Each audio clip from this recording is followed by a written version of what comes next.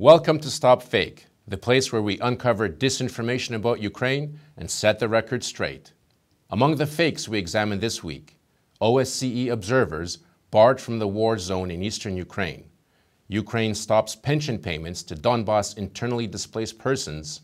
An old photo is used to raise an alarm about Hillary Clinton's health, and Russian media mocks a new Ukrainian coin commemorating the deportation of Crimean Tatars. So let's get to the details. Officials from the separatist Luhansk People's Republic announced that Ukrainian military barred OSCE special monitoring mission observers from entering the town of Druzhba in the Luhansk province. Now, the separatist website Luhansk Information Center wrote that on August 7th, Luhansk People's Militia spokesman Andrei Morochko announced that Ukrainian armed forces were shelling the LNR from Druzhba and would not allow OSCE observers to enter the territory, thereby violating the conditions of the Minsk Agreement. According to the OSCE, the mission had no personnel in the area of Druzhba on August 7th, nor any before or later that day. In response to StopFake's inquiry about the LNR claim, Alexandra Taylor, head of the OSCE Press and Public Information Unit, said, "We have not had any patrols around Druzhba recently, and our movement has not been curtailed in any way lately."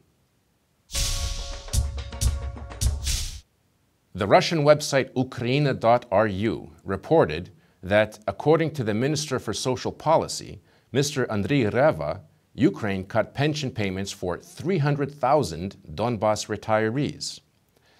Okay, Reva has never said that retirees' pensions were cut off. What he did say is that a government audit uncovered considerable benefit fraud where fake displaced persons were claiming pensions. Actually, payments were resumed for 143,000 internally displaced Donbas retirees who were determined to be, in fact, genuine. Now, benefit fraud is rife in Ukraine. Public bulletin boards in Donetsk often featured offers for pension claims through middlemen and fake identities. More than 300,000 such cases were discovered to have been paid to people who were not internally displaced. Of course, these payments were stopped. Russian media massively reported that Americans are deeply concerned about Democratic Party presidential candidate Hillary Clinton's state of health. The source of this concern is this photograph of Clinton being helped up some stairs by some friendly people. Scores of Russian media disseminated this fake story. Now, the photograph used to illustrate this story is from a Twitter account of someone called @CarolinaOpinion. Apparently, this is a private account of a woman who supports Republican presidential candidate Donald Trump and mostly tweets against Hillary Clinton. The Russian site, life.ru, calls Carolina Opinion, quote, an information analytical resource. Other American pro-Trump sites, such as the right-wing blog American Mirror, also published this misleading story. And the photograph in question is actually from February of this year. It was taken when Hillary Clinton slipped and she was walking up the stairs. Two men helped her regain her balance. CNN correspondent Brian Stelter explained how conservatives have been speculating about Clinton's health since 2012 when she had a health scare. The Russian publication Lenta.ru published a manipulative news story claiming that Ukraine has issued a new coin in which the Crimean Peninsula is pictured as leaving Ukraine on train wheels. Lenta.ru implies that the imagery on the coin is indicative of the Crimean Peninsula no longer being part of Ukraine. Other Russian sites accused Ukraine of being masochistic and issuing a coin to commemorate territory that the country lost.